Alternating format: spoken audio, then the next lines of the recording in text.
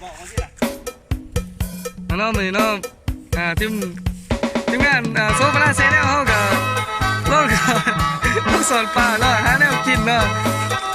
วิถีชีวิตสร้างให้สร้างหน้าเนาะคุณนี่ก็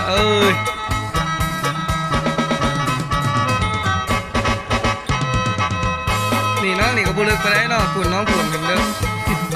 นี่ครับสอนดูน้องนี่ก่อนเนาะเมื่อกี้นี่ก็มันปีกไปเลยเนาะตัวหนึ่ง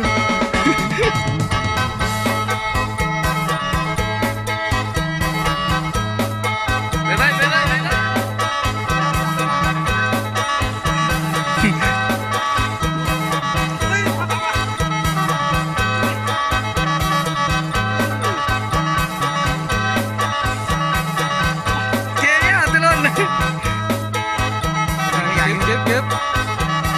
กินอยู่เพื่อนกินอยู่กุ้งใส่เต็มปีกใช่เยอะพี่น้องมึงสิเฮ้ยมึงถ่ายบ่เราเมื่อกี้นี่เห็นปิ่งแล้วเล่นนี้ปลากันก่อนนะโอ้กุ้งล็อกเตอร์กุ้งล็อกเตอร์กู้เลยกุ้งลายเด้อห่วยมันโดดออกไอ้หมอไอโซ่เส้นอะไรนะปลากระเดิดน้ำปลากระเดิดพิษเสด็จโบโลลงนะปลาเค็งใช่หรอปลาเค็งเย็บใส่ใช่กูเห็นนี่แกงนี่เหนื่อยไปกูเดี๋ยวทำหยอกไอ้หนมโดดแล้วเอาดิเก็บดิเลยกุ้งลายกุ้งหน่อยกระไรไปน่าใส่กุ้งมาใส่กินเลย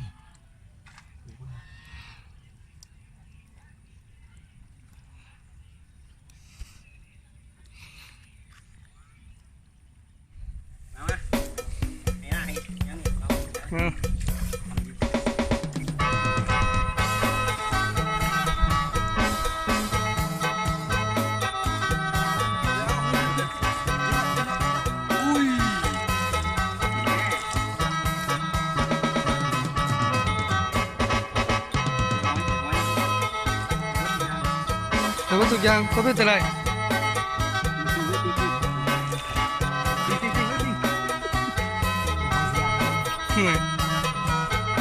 ปิ้งกูปิ้งครับ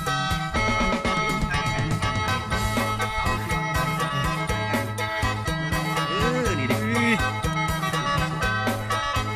ไม่ก็มีแล้วกับปูก็มีอีกโอ้ย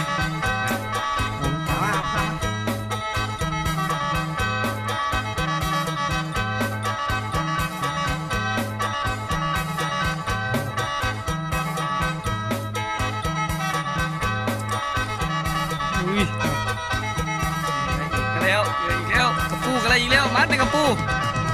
กระซิวกุ้งก็ได้นะพ่อแม่พี่น้องเลยหอยยังก็เห็นหอยขี้กระต่ายว่าหอยหอยจูบหอยจูบพ่อก็มีเนาะหอยจูบปล่อยด้วยอะไรไม่เดียวหอยจูบตอนแรกกินหอยเมียเนาะอะไรนะตอนนี้ไอ้น้องเป็นสิวพังแตนนะตอนนี้นะส่วนแตนเตรียมแลนแล้วเตรียมแลน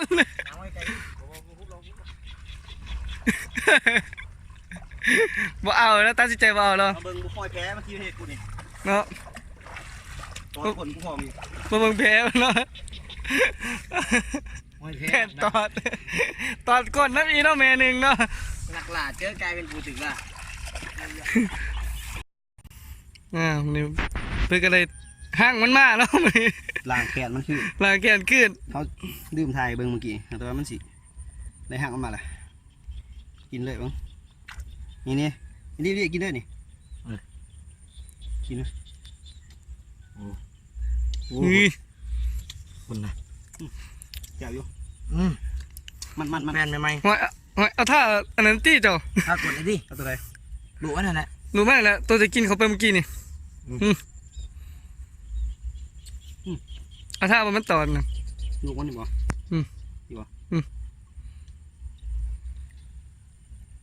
นี่เป็นไงกินเตียนนะเป็นหลังแกนมันคือหลังจากที่ว่ามันตอดตูดกับตอดขาเพิ่นน้องตอดลากเพิ่นเอ้าเผาท่าเลยมันก็เบิด มันค่อยกินนะ ยาอยู่ อยากนั่เลยเว้ย เอาตัวนี้บ่ทำต้องให้4ตัวเลย เนาะโอ้ตัวนี้ก็ไล่ป้าเนาะอุ้ยป้าเราตัวถึงไงเนาะ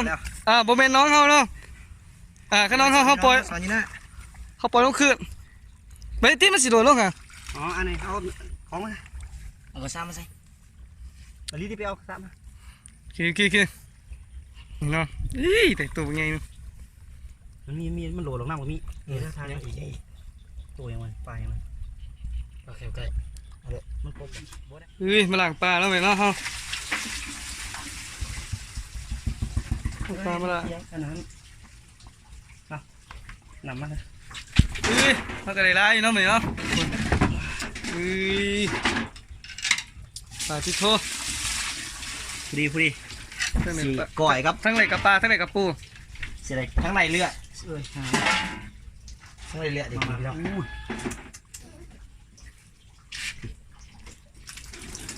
น้องเลยในเลือดนั่นสิก่อยครับให้กินนะมาเอาสิเครื่องปรุงเครื่องยังครบแล้วเนาะหลังจากที่ว่าตัวนี้ก็สิเฮ็ดเอามาใส่น้ำกัน2 อันนี่ตัวนี้ก็เฮ็ดก่อยนะก่อยกุ้งตัวนี้มันเดือดเก็บเกินไปเดี๋ยวสิก่อยปลาผสมนิดนึงวัตถุครบพร้อมเดี๋ยวลงมือเห็ดกันครับนึง เก็บขามนี่เนาะ โอเคก่อยกุ้งแซ่บๆเนาะอูปลากินอย่างนี้นะเจ้าตัวกินบรรยากาศเพราะว่าปิงปลากินข้าวพี่น้องกินข้าวมาเลยแสงบรรยากาศงามๆเลยนะงามแดงว้าวพักเกี่ยวเกลือธรรมศาสตร์กินว่าเงี้ยก็ตักกันเลยมั้ยคุยเอาโอ้เชฟ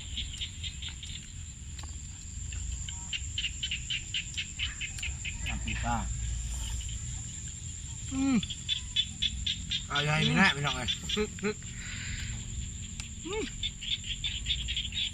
สมการเมืองเขาอยู่เนาะ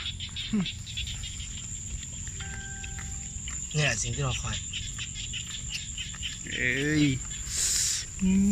เขาเหนียวหอนเขาเนาะ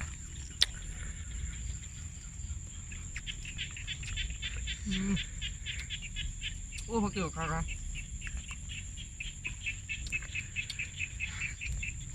น้องไว้บ่ได้เองเอาเร็วลูกเอาผิดของครับดูปลาบ่